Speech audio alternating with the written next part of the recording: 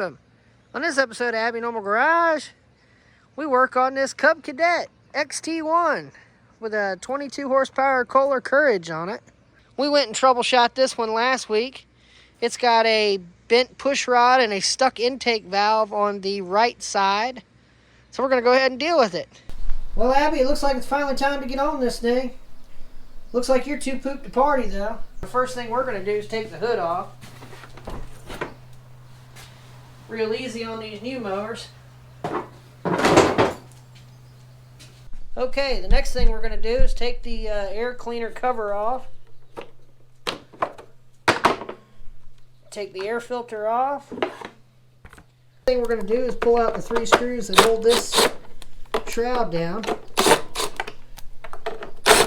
Everything should be loose. I carefully put it back together. And with that removed, the shroud should pull off like so. Now that we have the shroud exposed, you can see what caused the whole issue. Fluffy decided to make a nest up here, and that caused this cylinder head to overheat. You can also see that Fluffy's been busy on these wires. We're going to try to tape those up or heat shrink them, one or the other. Abby, go ahead and hit that repair montage. Well, the first step is to remove the air cleaner base. We do that by removing the 2 nuts that hold the carburetor on. You have to do this because we have to pull the intake off. Just pulls off like that once that's removed. You do have to unhook this breather hose, but that's no big deal. Now we use our fuel line clamping pliers and our hose removing pliers to remove the fuel line from the carburetor.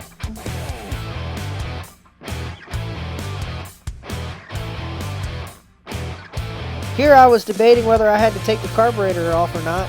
I decided I had to because I had to unhook the linkages. Why there was a debate is beyond me. Had a little trouble getting the throttle unhooked.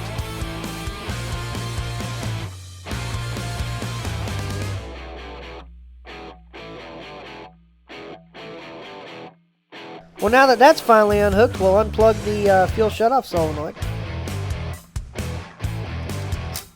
And now we remove the 4 bolts that hold the intake on.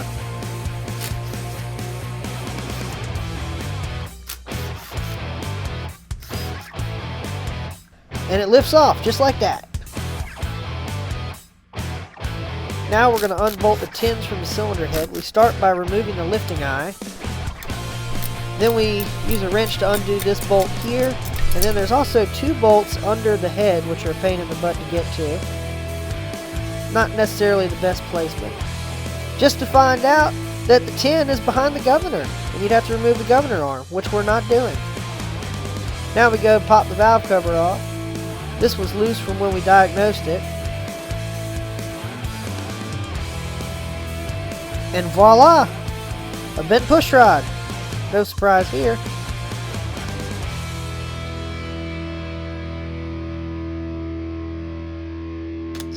Now we're going to zip the head off real quick using our DeWalt 20 volt impact.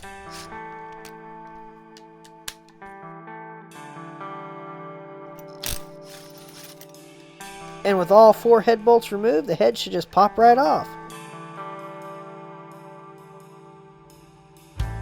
Now we take the traveling roadshow to the bench. Here we are getting the rocker arms off. We're making sure that we do not mix the parts up. Next we use a scraper to scrape the remnants of the head gasket off. We do this before setting the cylinder head down on this piece of granite. The reason we're using a piece of granite is it's perfectly flat, and that allows us to put a feeler gauge around the edge to make sure the head's not warped.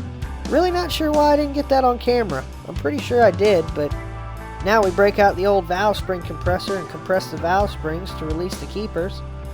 It's a pretty simple process.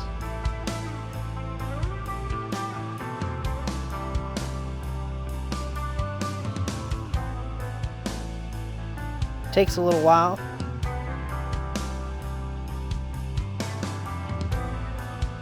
Now we make sure that we don't confuse the exhaust and intake springs, so we're keeping the parts together. Now we're removing the intake valve.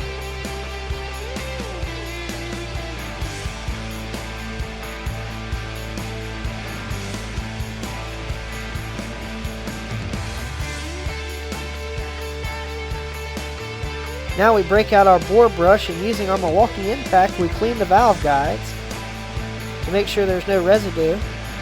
The intake valve was getting stuck, so there had to be something in there. Now we test fit the valve. Everything moves smoothly. Perfect. Now we're going to go ahead and clean up the exhaust valve. We use some gunk and a Scotch-Brite in the drill to polish the shaft and the face.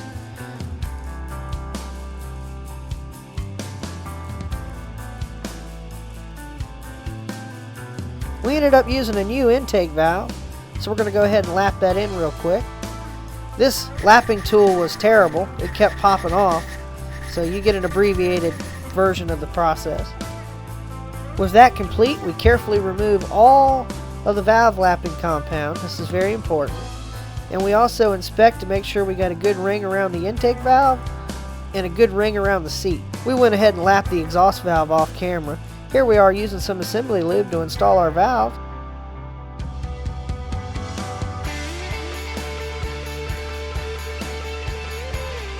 And we break out the trusty valve spring compressor to put it all back together. We use a little bit of assembly lube to help keep the keepers in place. It helps a lot.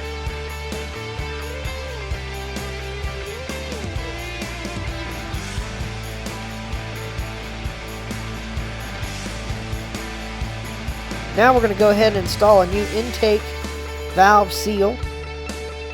This engine only has one on the intake valve. We use a little bit of assembly lube to install that. Now we go ahead and use a dead blow hammer to test the valve action and make sure the keepers stay in place. They tested good, so let's get this thing installed. Here's the cylinder head kit. Now Kohler's really genuine with this. They give you 2 exhaust gaskets, they give you 2 intake gaskets, because you have to drop the exhaust and pull the intake to get it apart. That's really nice of them. Okay, so let's put this head back on. We've already set the new head gasket on. Oh, come on. Where are these alignment studs at? Shoot. Yeah, there you go. Okay. Let's get a bolt in there for good measure.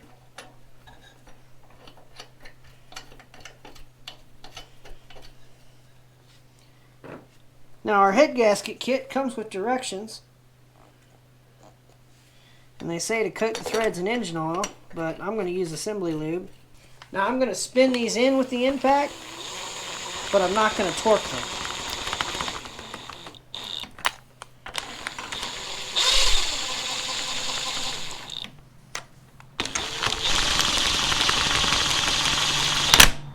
Now that one might have clicked, but alright, so the book tells you to torque this in 2 stages. The first stage is 16 foot-pounds, and the torque sequence is 1, damn it, then you come up to this top cylinder here, and then you come over to here for 3, and then this is number 4. Like that. Now the final torque is 30 foot-pounds. So now we dialed our torque wrench up to 30. Go at the top.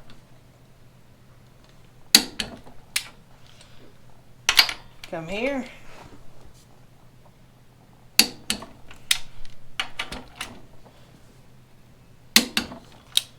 We'll go over them again.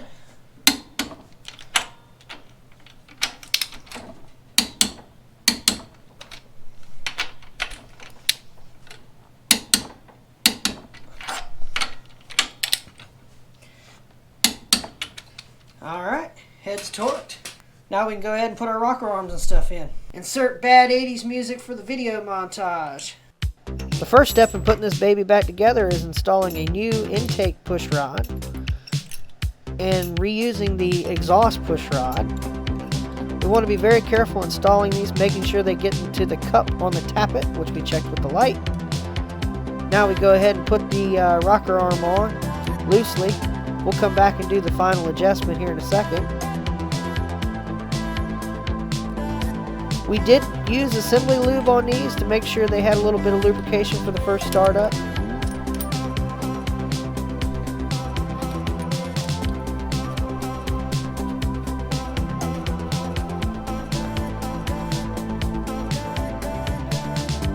Now we turn the engine over a couple times to verify everything's working smoothly before we do our adjustment.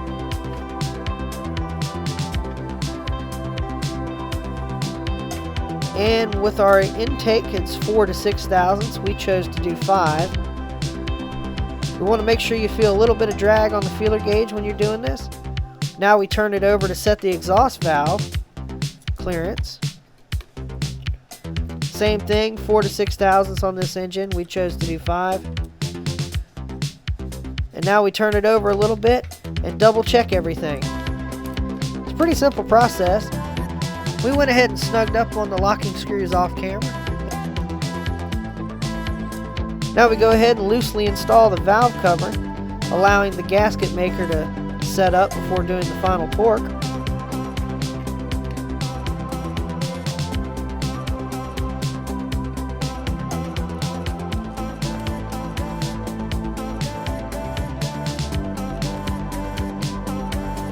We snug these down using our Milwaukee impact.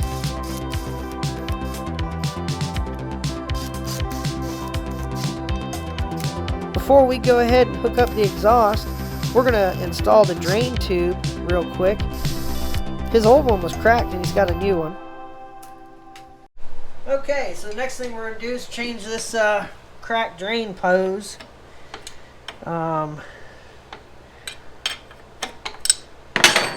We started working on this off camera, but you're not missing much. Getting the old one off was easy. I'm going to go ahead and let that drain out for a little bit, and then we'll try to thread the new one in. But this fitting has a lot shorter spot to put a wrench, so I don't necessarily know how we're going to tighten this up. But we'll figure that out as we go along. I know we can tighten it up somewhat by just turning the hose. And with the engine unbolted, it ain't too bad.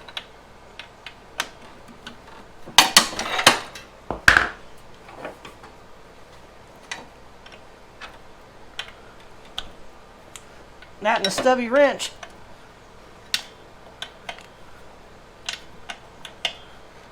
And just like that, it's tight. While we're here, let's take a look at this drive belt. I don't see any dry rotting, so I think that one's good for a while.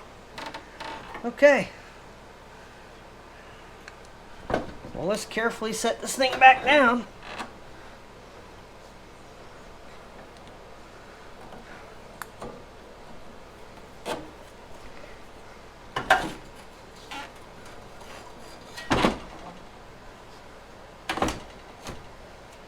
And we'll put our bolts back in and we're done with that. Alright, so we went ahead and already put on all the tins. Got everything screwed down nice there. We're going to use YouTube magic here. The next time you see this thing, it'll be ready for the first test start. Now we can't run it long without the cooling shroud because it's not getting cooling air.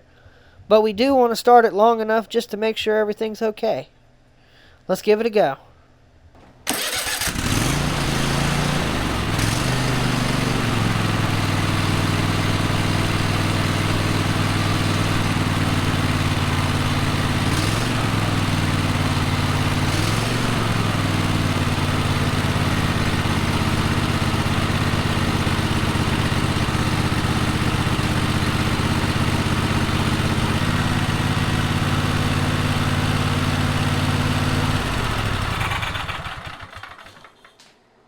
Awesome!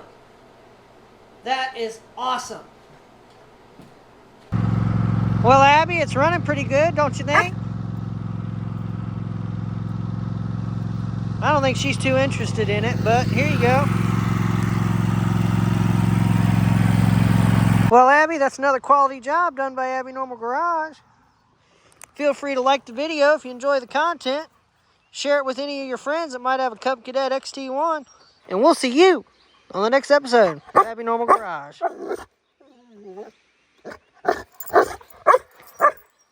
And here's a funny clip from an upcoming episode.